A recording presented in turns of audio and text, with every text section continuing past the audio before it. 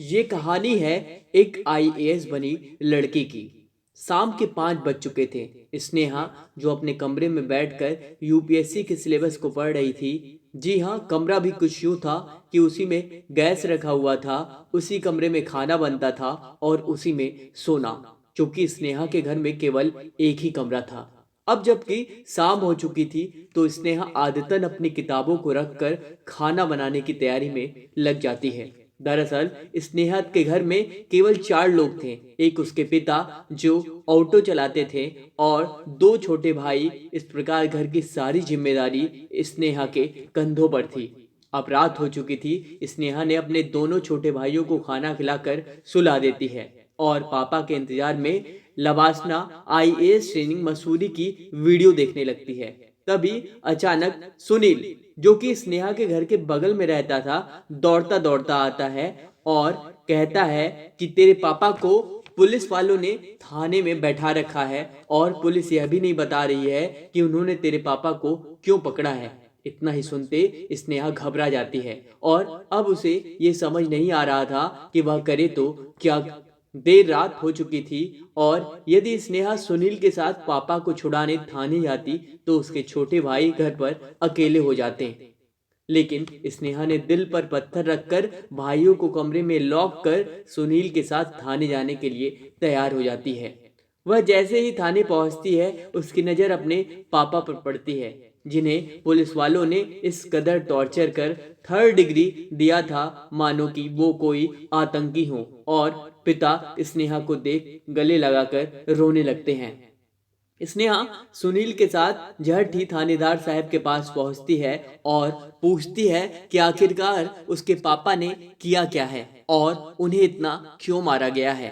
थानेदार अपनी वर्दी का खौफ दिखाते हुए स्नेहा पे भड़क पड़ते हैं, लेकिन स्नेहा भी उन आम लड़कियों की तरह नहीं थी। उसे भली भांति मालूम था कि उसके अधिकार क्या क्या हैं। आखिरकार स्नेहा थी तो आईएएस की तैयारी करने वाली छात्रा, जिसे पूर्णतः कानून के सामान्य नियम मालूम थे। और इस प्रकार स्नेहा थानेदार साहब से फिर से आग्रह करती है कि मुझे यह पूरा जानने का अधिकार है कि आप मेरे पापा को क्यों बंद कर रखे हैं। इस पर थानेदार स्नेहा को धक्के देकर बिना कुछ बताए थाने से बाहर निकलवा देता है। स्नेहा को कुछ समझ नहीं आ रहा था और वहां कोई यह बताने को तैयार भी नहीं था कि वे उसके पिता को क्यों लेकर आए हैं। स्नेहा रोते रोते घर चली आती है। रात बीत जाती है और फिर सुबह ही आईएएस की तैयारी करने वाली स्नेहा अपने अधिकारों के सहारे अपने में हिम्मत लाकर थाने पहुंचती है। और स्नेहा ने अब यह तय कर लिया था कि वह यह जानकर रहेगी कि उसके पिता को पुलिस बिना किसी अपराध के कैसे कैद कर सकती है। स्नेहा बिना डरे तेजी से थानेदार के पास जा पहुंचती है और बोलती है कि 15 घंटे से अधिक हो चुके हैं, आपने बिना कोई एफआईआर यानी कि प्राथमिकी दर्ज किए बिना मेरे पिता को किस आधार पर अपने कस्टडी में रख सकते हैं। थानेदार के कानों में स्नेहा की यह बात पहुंचते ही खलबली मच जाती है और अब स्नेहा यहाँ भी नहीं रुकती, बल्कि वह थानेदार को यह भी बताती है कि आप जैसे पुलिस वालों का यह उत्तरदायित्व बनता है कि आप अपराधी को पकड़कर उसके किए गए अपराध की जानकारी दें और अपराधी पर एफआईआर दर्ज करने के 24 घंटे के अंदर जिला मजिस्ट्रेट के सामने पेश करें। स्नेहा की यह बात सुनते ही थानेदार गुस्से से लाल हो जाते हैं और स्नेहा को आईपीसी की धाराओं की पावर दिखाकर हड़काने की कोशिश करते हैं। स्नेहा यह जान चुकी थी कि थानेदार अपनी पावर का गलत इस्तेमाल कर उसके पापा और उसे फंसा सकता है। अब आईएएस की तैयारी करने वाली स्नेहा हल्की पड़ गई। जी हाँ, हल्की पड़ गई। तभी स्नेहा को उसी थाने के एक भले आदमी ने यह बताया कि दरअसल तुम्हारे पापा ने कुछ भी नहीं किया है, कोई अपराध नहीं किया है उन्होंने। उसने बताया कि थानेदार तुम्हारे पापा को सिर्फ इसलिए पकड़ा है क्योंकि पिछले महीने विधायक जी की रैलियों में तुम्हारे पापा की गाड़ी विधायक जी के कुछ लोग ले जाना चाहते थे, लेकिन तुम्हारे पापा ने मना कर दिया था। तो अब जीतने के बाद विधायक जी अपना बदला ले रहे हैं। ये सुनते ही स्नेहा जमीन पर गिर जाती है और सोचती है कि इतनी छोटी बात के लिए कोई कैसे पुलिस का गलत इस्तेमाल कर सकता है। उस भले आदमी ने स्नेहा को यह भी बताया कि थानेदार ने अभी तुम्हारे पापा के खिलाफ कोई मुकदमा यानी कि एफआईआर दर्ज नहीं किया है, यदि थानेदार को 15,000 रुपए ला कर दे दो तो वह तुम्हारे पापा को छोड़ देगा। अब स्नेहा परेशान हो गई और सुनील के साथ घर जाकर 15,000 का इंतजाम में लग जाती है। स्नेहा अपनी सेविंग के सारे पैसे निकाल लेती है जो उसने आईएएस परीक्षा की टेस्ट सीरीज के लिए रखे थे और वह झट से थाने पहुंच जाती है और थानेदार साहब के एक करीबी की मदद से थानेदार साहब तक 15,000 रुपए पहुंचा देती है और थानेदार स्नेहा के पिता को वार्निंग देकर छोड़ देता है। 32 घंटे बिना अपराध किए पुलिस कस्टडी में रहे स्नेहा के पिता अब घर आ जाते हैं, लेकिन स्नेहा यह समझ गई थी कि उसने अपनी जिंदगी का पहला अपराध कर दिया है, वो भी पुलिस थानेदार को रिश्वत देकर।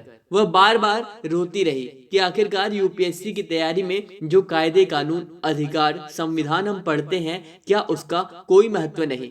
यह सोच स्नेहा खूब रोती है और वह ठान लेती है कि एक आदर्श कानून व्यवस्था बनाने के लिए वह आईपीएस बनेगी। उस घूसखोर थानेदार ने स्नेहा की जिंदगी को एक अलग दिशा दे दी थी। अब स्नेहा यूपीएससी की तैयारी में जोरों से लग जाती है। उसने अपने पिता को यह भरोसा दिलाया कि पापा आपके खोए हुए सम्मान को मुझे वापस लाना ही है।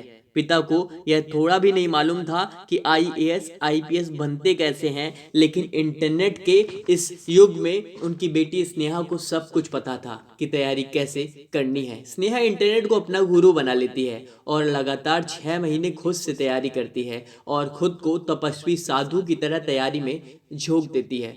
सब कुछ अच्छा चल रहा था, लेकिन एक चीज जो बार बार स्नेहा को डराती वह था कि वह अपने लिखे हुए उत्तर को किस से चेक करवाए, क्योंकि टेस्ट सीरीज के लिए बचाए हुए पैसे स्नेहा ने पापा को छुड़ाने के लिए थानेदार को दे दिए थे और पापा के पास भी उतना पैसा नहीं था कि वह दे सके।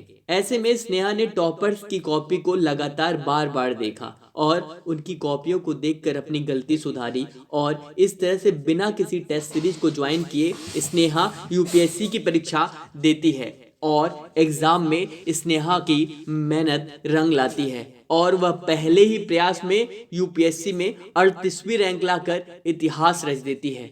स्नेहा की रैंक इतनी अच्छी थी कि उसे आईएएस आसानी से मिल सकता था, लेकिन स्नेहा ने फॉर्म भरते वक्त अपनी पहली पसंद आईपीएस भरी थी। अब स्नेहा आईपीएस स्नेहा हो चुकी है और जिस थानेदार के कारण स्नेहा ने अपनी पहली वरीयता आईपीएस दी थी, ऐसे सैकड़ों थानेदार स्नेहा के नीचे काम करते हैं क्योंकि स्नेहा उन थानेदारों की पुलिस कप्तान बन चुकी है और जिस भी जिले में स्नेहा बतौर पुलिस कप्तान जाती हैं वहां की कानून व्यवस्था का काया पलट कर देती हैं। दोस्तों, इरादे आपके अगर अच्छे हों, अगर आपने कोई भी मंजिल आपने तय की है और आपने अपने इरादे बना लिए, वो ज़्यादा टाइम ड्यूरेशन नहीं होता। आप अपने इरादे कुछ समय के लिए अगर प्रबल कर लेते हैं, हार्ड वर्क करते हैं एक टाइम फ्रेम बनाकर कि इन टाइम फ्रेम में मुझे हार्ड वर्क करना है, तो आप अपनी सफलता जरूर पाएंगे। चलिए इस वीडियो को अधिक से अधिक शेयर करें। अगर आप हमें अभी फेसबुक से देख रहे हैं तो फेसबुक से शेयर करें और यदि आप हमें यूट्यूब से सुन रहे हैं तो यूट्यूब पे डिफरेंट प्लेटफॉर्म पे शेयर करें।